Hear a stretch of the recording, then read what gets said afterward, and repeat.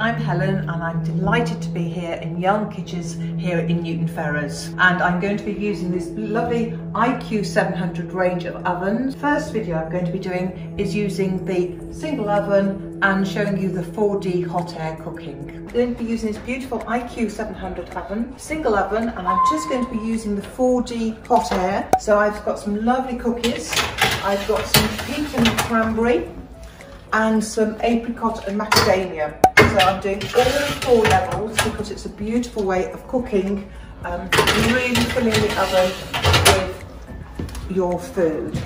And we'll just close the door, and I'm just going to set the timer for the pecan ones first because it's just for 10 minutes. So the first one is for cooking time for automatic, whereas the second one is just a minute minder for me to remind me. Well, the cookies are beautifully cooked now. So as we can see, we've got beautifully cooked 4 layers of cookies on the 4D hot air. So we're just taking out the layers of the biscuits, which we'll just serve up in a moment.